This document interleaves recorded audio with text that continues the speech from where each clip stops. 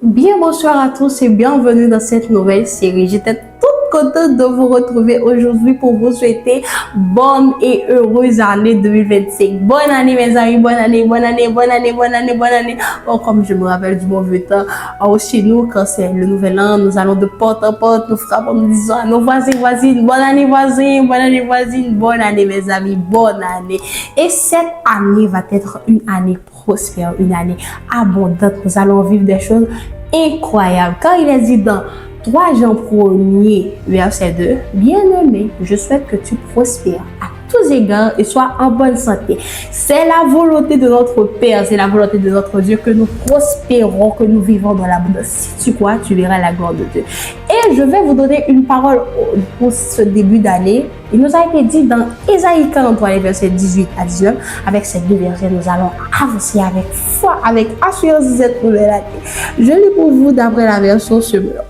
Ne rappelez-vous plus des événements du passé. Ne considérez plus les choses d'autrefois. Ne considérez plus les choses de 2024. C'est du passé.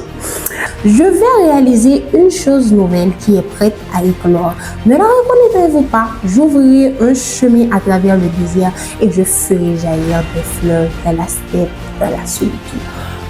Un nouveau chemin s'ouvre devant nous. Et sachez que quelle que soit la chose que le Seigneur ouvre, personne ne peut la fermer. Et quelle que soit la chose que le Seigneur ferme, personne ne peut l'ouvrir. Il est le seul, il a la clé de tout.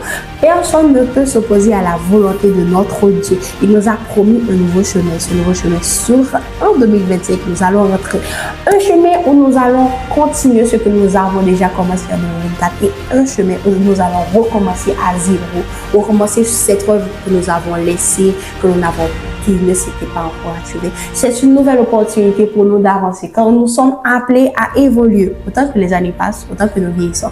Autant pour en profiter pour faire la volonté de notre Dieu, autant en profiter pour faire ce que nous avons été appelés à accomplir sur cette terre. 2025, une nouvelle année, une nouvelle opportunité de faire de grandes choses, de faire entendre notre voix, de montrer ce que nous avons dans le ventre, de continuer d'avancer dans ce que nous avons commencé. Quelle que soit la façon dont c'était l'année dernière, bon, c'est du passé. Nous sommes appelés à évoluer, nous devons avancer, nous devons rentrer pleinement dans notre destinée.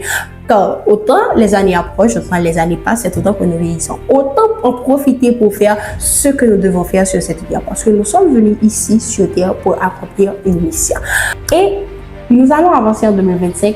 Mais bien que l'année 2024 c'est déjà terminée, mais n'oubliez pas de faire le bilan de 2024 pour clôturer 2024, laisser 2024 en paix, car une nouvelle saison s'avance devant nous. Nous devons faire le bilan de 2024 pour voir là où nous avons tombé et où nous devons nous relever au cours de cette année.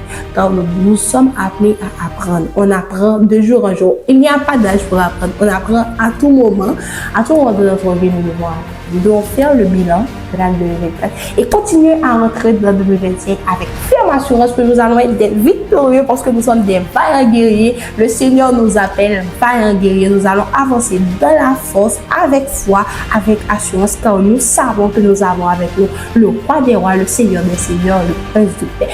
Encore une fois, je vous souhaite bonne année 2025, bonne continuité. Et je vous souhaite bonne année 2025, bonne continuité et une bonne chance dans votre marche avec le Seigneur.